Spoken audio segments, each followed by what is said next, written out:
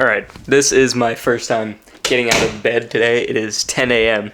and the reason I'm just getting out of bed is because I've been laying here for about an hour and a half editing yesterday's vlog. So yesterday's vlog is uploading right now and should be up by 10:30, so feeling good about that. My takeaways from vlog number 1 is when I kind of set up this shot, I need to make sure it's focused because it's not, some of the shots didn't focus how I thought it would, like the one of me doing pull-ups at the gym. Completely missed the focus on that one. Making sure I adjust my ISO, and I know these sound like super basic things, but I'm used to shooting in log, so I'm used to overexposing the shot and having a lot more flexibility with it.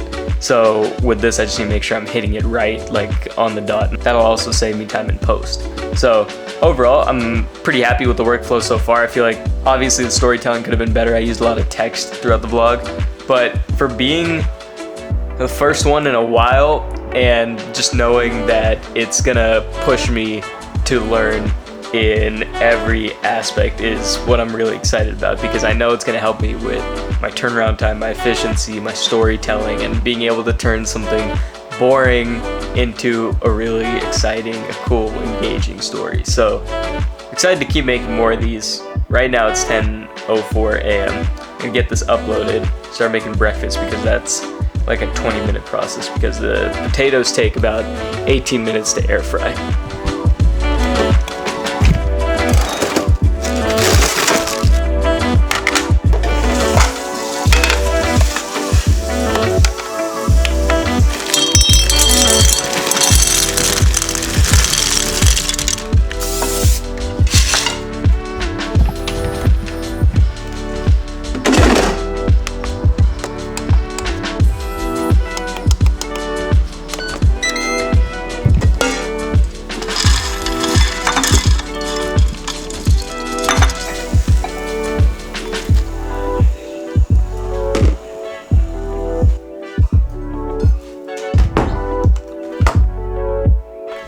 Like I mentioned in yesterday's video, I'm working on a ton of content for Be Active from the 2 shoots we did in May. So right now I'm rocking out the athlete bio reels. So we did that with Andre, Jake, and Matt. That's my main editing work for today. I'm leaving in about 15 minutes to go shoot with Jeremy. We're gonna do a shoulder day YouTube video. That's gonna be the bulk of my work today.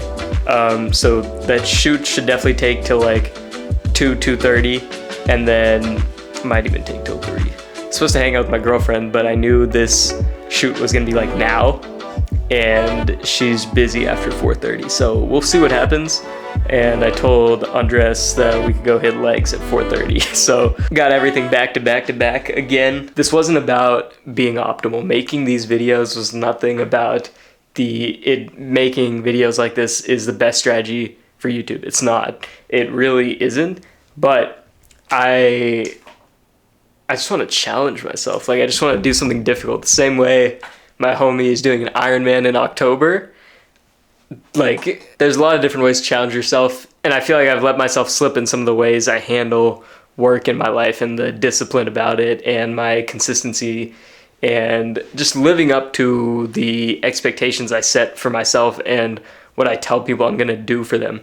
So I'm gonna finish getting my bag all packed up. We got the FX3 in there, headphones, A7 IV, mini RGB lights, and then DJI mic is charging actually. So I'm gonna grab this.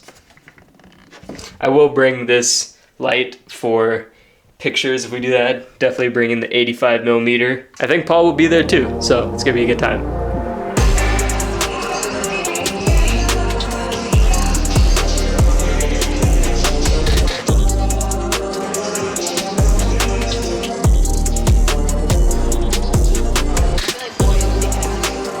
I promise I will do better on the behind the scenes footage in future videos.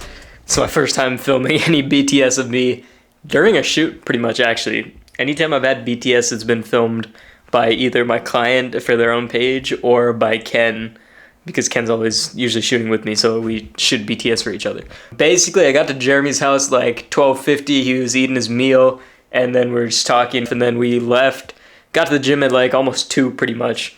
So I did not get home till like 4, And so I'm gonna go to the gym. It's 4:24 right now. I'm gonna go to the gym, Sean Andres, hit legs in about 10-15 minutes. Right now I'm rocking, God, I keep saying that. I don't know when I should say that, but got raspberries that I bought yesterday. They are crisp. Yo. Expensive ass dash cam. It's actually not that expensive. This is the budget setup. Oh, it's recording. This is the vlog cam. Like, can you actually make it like a dash cam? Yeah, you actually could. What are you topping out at? Me? I don't know what I'm going for. That's what I'm asking you. Just try not to die.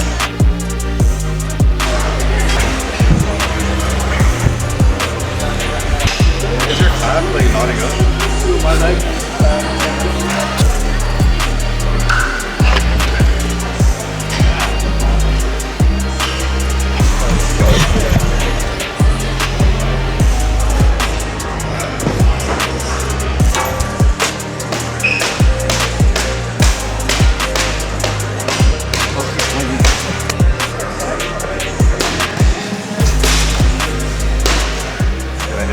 Go ahead.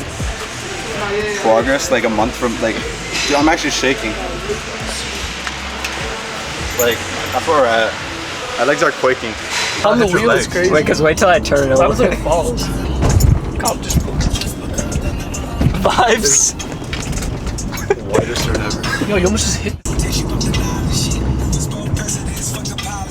So it's like, Just turned 10:09 right now. We got some dinner after the gym. Got some Mexican food, and then came home, showered, did a little bit of editing, worked on those Be Active bio reels, and got a bunch of stuff transferred over to SSDs off the laptop because the 4 terabytes on the laptop is starting to fill up.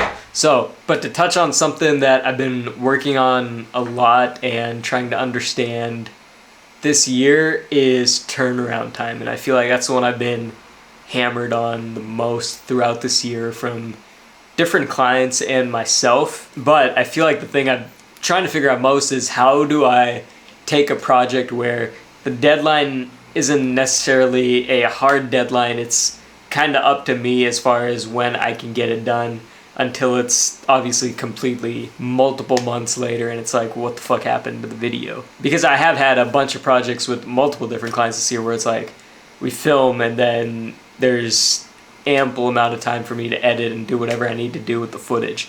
So the deadlines are in my hands, but obviously if there's a deadline from a client, we're hitting that, or we're within hours of it.